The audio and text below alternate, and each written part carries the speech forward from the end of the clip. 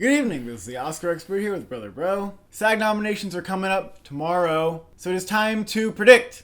There's just so many awards lately, I'm being overwhelmed and I can't handle it. Best Ensemble, Irishman, I think is the most likely to be nominated here. And we have Knives Out, which is just getting every single Ensemble award. Probably has won the most Ensemble awards thus far. How wouldn't you say, Justin? Yeah, I would say, but Hollywood I also saw that won one, and I think Hollywood's actually number 2 over Knives Out. Alright, well Hollywood's number 3 for me, so that's pretty high. Marriage Story fortunately made it in at the Critics' Choice, but they did have 7 nominees, so it doesn't say too much, but Marriage Story got a couple weird snubs from, critics groups. Egregious snub. If Marriage Story does get nominated, it could be, number 1 to win, because that is the Ensemble of the year. I do not think Marriage Story is safe here, and I'm really worried about it, even though I think it should win. It's getting snubs for no reason from critics circles, who should not be snubbing it of all people, and I am goddamn worried about Marriage Story here. Honestly, it feels like this is Shape of Water, where Shape of Water was just like, why isn't that there? Why isn't that there? And then just poof, gone. Above that, you don't have this. I have Bombshell. You have Bombshell lower. You're not gonna like this. See, I have Bombshell because it just seems like the movie that would get nominated. They don't nominate all the Best Picture nominees. If it's not Bombshell, it'll be Dolomite. but I have a hard time seeing Little Women not getting it, and I think that Bombshell... I don't have a hard time not seeing Little Women getting it. I think that they're going to nominate either Bombshell or Little Women or none, and I think that it would probably be Little Women over Bombshell. My SAG intuition, and I got number 3 on the SAGs one year, not to brag. My SAG intuition is not feeling Little Women right now. I'm putting Dolomite on. Yeah, I think Dolomite might actually get it. The reason I don't know about Little Women is because the Golden Globes performance versus the Critics' Choice performance says to me that most audience members will watch the movie and say that was a good, enjoyable holiday movie. Maybe not their favorite movie of the year. Critics have more to appreciate. Bombshell is like a performance movie. Not only do you have the 3 actresses who could all get nominated, but then you have John Lithgow, who's great, and Kate McKinnon. It's an ensemble movie, and it was director of Trumbo, which got Ensemble nominated. You can be very meticulous about this top 6 or 7, but honestly, the SAGs will reach deep into the basket. Oh, yeah, they will. Let's go over what else is possible here. Beasts of No Nation. I mean, you couldn't have dug deeper than that to nominate 3 for and call it an ensemble. I don't even understand. Captain Fantastic. Insane. What? Insane. Last year, Bohemian Rhapsody for Ensemble. What? Was anyone else even good in that movie? I kind of missed it. Jojo Rabbit is definitely in the game. However, not getting that Critics' Choice hasn't gotten any ensemble nomination. The guilds are the ones who would like Jojo Rabbit the most. So, why? Because they're the ones who love the crowd-pleasing shit like Bohemian Rhapsody. I had JoJo on my list for a long time, and I'm only taking off now because I hasn't received any nominations. Parasite? Could we see Parasite? Will the SAG voters just refuse not to nominate Parasite? Highly doubtful. Because everybody loves the movie. It is such an ensemble movie, it should be nominated. No stars. That's the problem. There's just no actors that people know. That is true. It's not going to happen. Ford v Ferrari could be the movie that sneaks in, and that would be huge for its Best Picture chances, but it didn't get a nomination at the Golden Globes, so I'm not really sure how much people are feeling the movie overall. I mean, they might not love Christian Bale. Endgame doesn't look like it's happening, but if you're going to go by what has the biggest ensemble, then that's your pick. But that doesn't seem to be getting traction. I feel good about that. Stick it down at number 10. The Farewell, we thought in the beginning of the year, we were like, oh, this is a total SAG Ensemble contender. I really don't see it. I just really don't see it. In fact, I think that Awkwafina and Zhao Shushan are both in trouble here. The SAGs just like more popular movies, and The Farewell is a little indie. Some people think Downton Abbey's in the basket. Yeah. That would be atrocious, because they do nominate old people shit a lot of the times, and they can't get enough of Helen Mirren. It's obviously an ensemble, but I would keep a weary eye on Joker, as weird as that seems. Yeah, I agree. If they love it, it could somehow get on ensemble, even though it's a one-performance movie, because Bohemian Rhapsody got that, and you would not have thought. Best Actor, Joaquin Phoenix, Joker. I see him winning the SAG. Him and Adam Driver are total locks. Leonardo DiCaprio, I considered if Leonardo DiCaprio was swappable or not, but at this point, I really don't see it. He's been getting it everywhere, and Hollywood's probably going to get Ensemble, and this will go nicely with that. Eddie Murphy for Dolomite is number 4, but listen, folks, this Best Actor race is totally a jambalaya stew right now.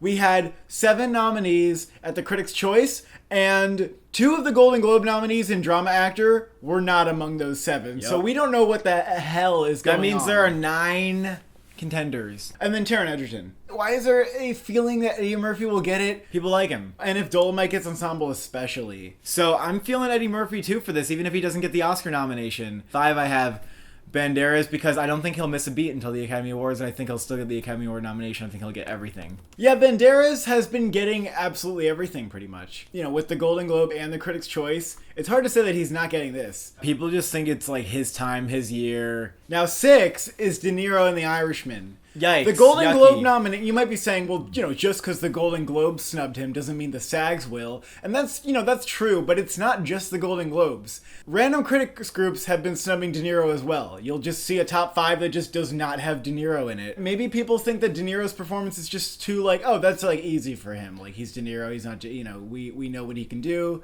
For some reason, they just seem to have a hard time putting all 3 Irishman boys in their nominations when they're limited to 5.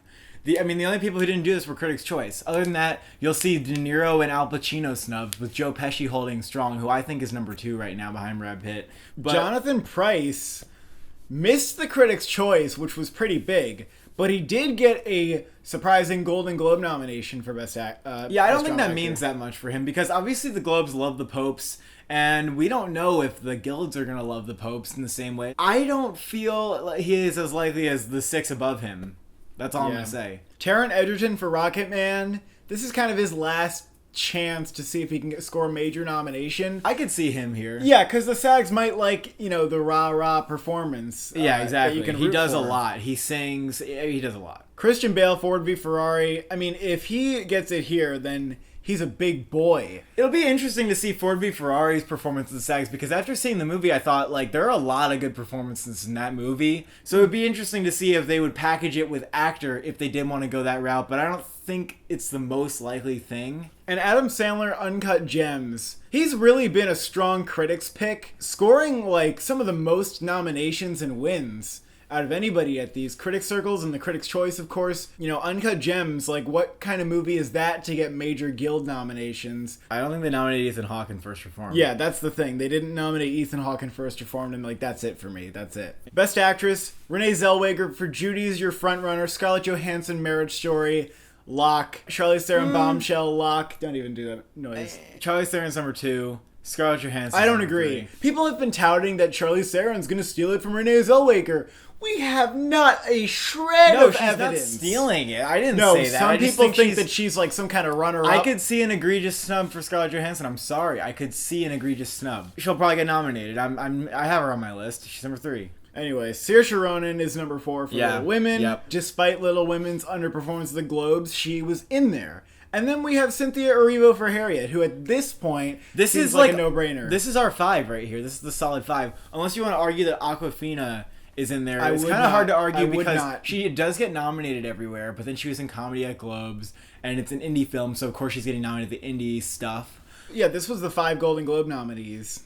So there you go. Yeah. Lupita for Us. Hell no. Not the SAGs. Listen, worth noting that Get Out did really well at the Screen Actors Guild. Like, they've been canning the hell out of Lupita. It has been showing up here and there. This is not impossible anymore. This is not impossible. Helen Mirren and The Good Liar, I actually sure, because they nominated her twice in the year. They nominated her for Woman in Gold. Remember that movie? Neither Yeah. do I. They love Helen Mirren. They will nominate her for anything. And my God, if they do this, that's fucking ridiculous. Watch out for some movie you've never heard of. Sarah Silverman, I Smile Back. The weirdest thing that's ever happened. That is the weirdest in the thing history of that's ever SAG. happened. And finally, Alfre Woodard for Clemency, who's even less likely to do well here because that movie's not popular and didn't even come out yet. I wonder how they're doing, if they're not doing a good job with the screeners, or if it could be a late bloomer and do better at the Oscars. Yeah, I think she has more of a shot at the Oscar. Just like Ruth Negga in Loving, I think. Gets redeemed at the Oscars. I think that's what could happen with Woodard. I think the issue might be more that the movie's getting released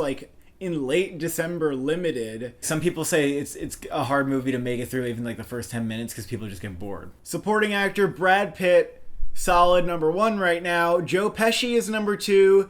He's been winning, as we said, more awards than Pacino, surprisingly enough, but it's what it is. Al Pacino, nonetheless, is still going to get nominated. He got Golden Globe and Critics' Choice, so we feel that he is safe. Tom Hanks also got Golden Globe and Critics' Choice, and as well as did Hopkins. This was the top 5 at the Globes. This is a super solid, tightly sealed top 5. You know, sometimes we get those nice top 5s. Defoe in The Lighthouse, that's also a weirdo movie, and the SAGs are more likely to do not that. Shia LaBeouf in Honey Boy could be some kind of surprise. Wesley Snipes, if they really like Dolomite, they can nominate Wesley Snipes. But I highly doubt this. And Jamie Foxx for Just Mercy, who has not taken off. Supporting actress, Laura Dern, Marriage Story, is the front runner, and the precursors have determined her as such. They're giving her the awards. Everybody wants Laura Dern to have an Oscar. There's no well-established runner-up. Jennifer Lopez, Hustlers, has been looking like a lock. She's campaigning her ass off and she's hitting every beat.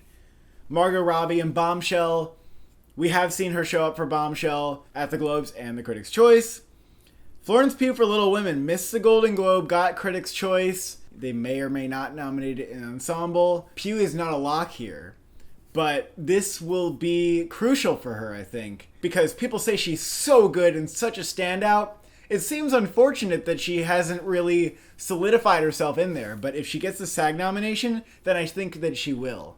Everybody's talking about her, so I don't really know what the Globe's problem was with Little Women, but Pugh can easily get in and find herself an Oscar nomination at the end of it because people just hype her up so much. Kathy Bates, is worth noting, is for some ungodly reason that I do not have the capability of understanding, is being campaigned in lead at the SAGs only. You know, she's not on Gold Derby, so we're assuming that they understand that this is the case. So I have Annette Bening in the report, who just got a Golden Globe nomination. She did miss the Critics' Choice. Out of 7 nominees. They do love their veteran actors. Annette Bening is certainly one of those. Are they really going to nominate newcomer Zhao Shuzhen? I'll tell you who a veteran actor is, Cole. A real veteran actor here, Nicole Kidman. Oh, but she hasn't gotten any of these nominations. And I just don't care. I think she might get a nomination here. Some people seem to not know whether they think Nicole Kidman or Margot Robbie are better. And I think that might lead to both of them getting an Oscar nomination. At the end of the day, I have her on a number 5. I'm not confident that Annette Bening is going to keep going. I don't think she has much stamina. For some reason,